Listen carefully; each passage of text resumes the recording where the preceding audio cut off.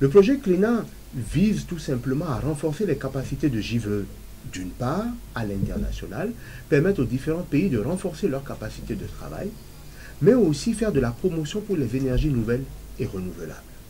C'est ainsi que ce projet avait pour objectif de faire de la vulgarisation pour les énergies renouvelables, permettre aux États dans lesquels nous travaillons de prendre toute la mesure des avantages qu'il y a à promouvoir les énergies renouvelables. Sachons une chose, les énergies fossiles, c'est-à-dire à base du gaz, à base du pétrole, d'ici quelques années, connaîtront de sérieux problèmes, parce que ce sont des énergies qui vont s'épuiser. Or, la demande de nos pays en question d'énergie est sans cesse croissante, d'où l'importance de faire de la promotion des énergies nouvelles et renouvelables, qui sont généralement à long terme, de moyen coût, mais aussi permet une certaine forme d'autonomisation des populations en matière d'énergie. Le Bénin a postulé à ce projet et a décidé de travailler sur 4 grands axes, notamment 2 études. Une étude qui devait présenter les potentialités des énergies renouvelables sur toute l'étendue du territoire béninois et ainsi montrer les pistes de réflexion. Le deuxième point, il s'agissait d'une étude pour pouvoir déterminer le poids de la biomasse énergie sur le panier de la ménagère, c'est-à-dire en quelque sorte une étude devant allier énergie et genre au niveau du Bénin.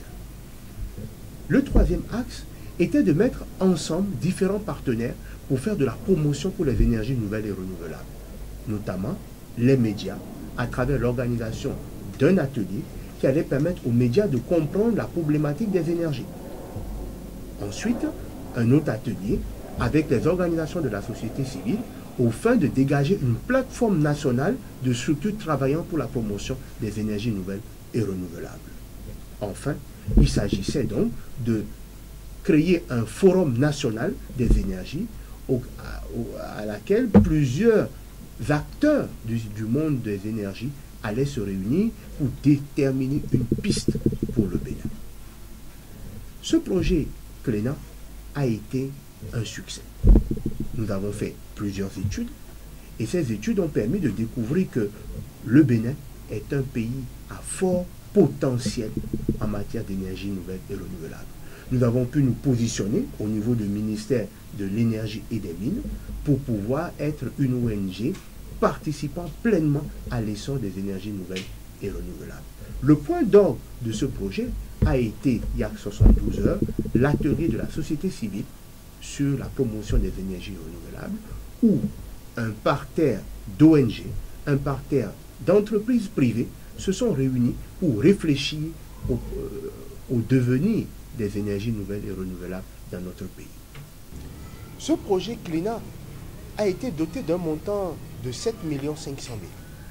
Et grâce à cet argent, nous avons pu ainsi gérer les près de 4 employés permanents et 3 stagiaires qui ont travaillé durant cette année à l'atteinte des objectifs du projet.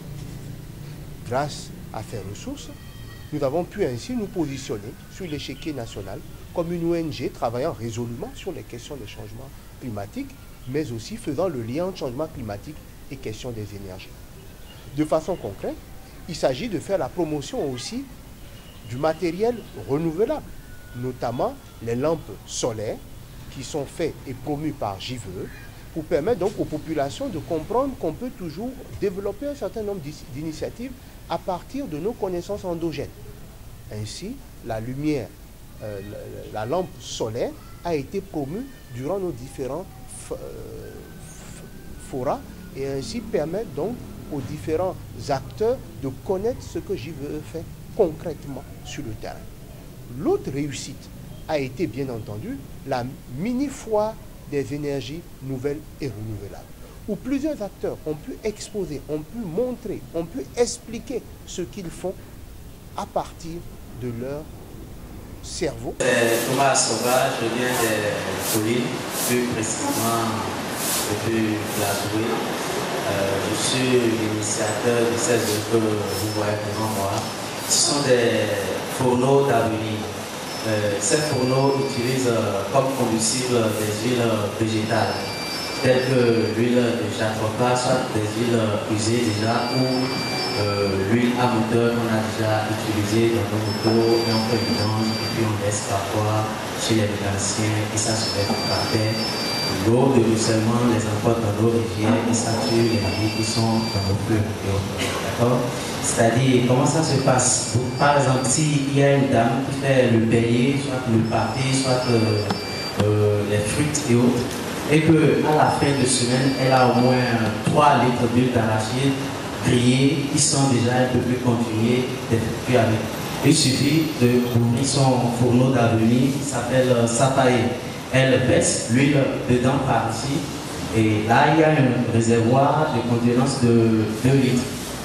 D'accord? Et elle ferme le réservoir. Et qu'elle ouvre maintenant le robinet par là et que l'huile descend vers le bas à l'intérieur. Donc à l'intérieur, il y a un système qui contient des mèches. Ces mèches, cette femme peut aussi faire ses propres mèches à l'aide de coton. Vous voyez, là c'est coton naturel, elle fait tisser le coton et puis elle en fait des mèches comme ceci qu'elle installe à l'intérieur.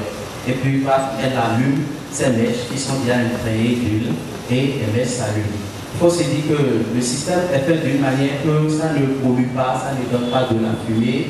Et aussi le CO2 que ces huiles végétales dégagent est aussi équivalent au type de même CO2 que la plante a absorbé au cours de son croissance, ce qui est dégagé, hein, le CO2, d'accord? Et que ce CO2 est encore réabsorbé automatiquement par les plantes qui sont à l'entourage, là où elle est en train de faire son cuisine, son repas.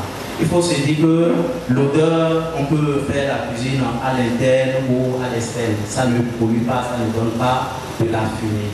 D'accord? Donc, ce sont des fourneaux d'avenir. Si on parle de fourneaux d'avenir, des énergies renouvelables, il faut aussi parler des conservateurs de frais ou bien de chaud. Ici, vous avez comme glacier de calebasse. Vous voyez, comme calebasse, lui sert à conserver la glace pendant 2 jours sans se déformer. Ça sert aussi à conserver le lait de vache pendant 1 semaine sans mettre de glace à l'intérieur, sans mettre de conservateur. À partir de leurs mains, pour pouvoir faire de l'artisanat, pour réduire la consommation des énergies fossiles. Il faut reconnaître que cette année, JVE a fait un travail formidable dans le domaine des changements climatiques aussi. Nous avons pu ainsi participer à la conférence de presse où nous avons pu montrer la position de la société civile en matière de négociation climatique à Doha. 2012 a été une année formidable grâce à ce projet CLENA, financé par des partenaires que nous souhaitons remercier. 2012 aussi a connu le renouvellement, grâce au projet CLENA, de nos instances dirigeantes.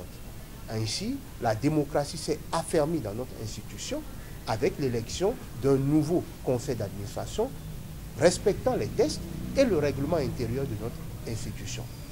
Vivement, nous souhaitons que CLENA en 2013 nous permette encore de mobiliser plus de ressources, mais aussi nous aide à faire un travail beaucoup plus extraordinaire dans le domaine de l'énergie, du climat et des changements climatiques.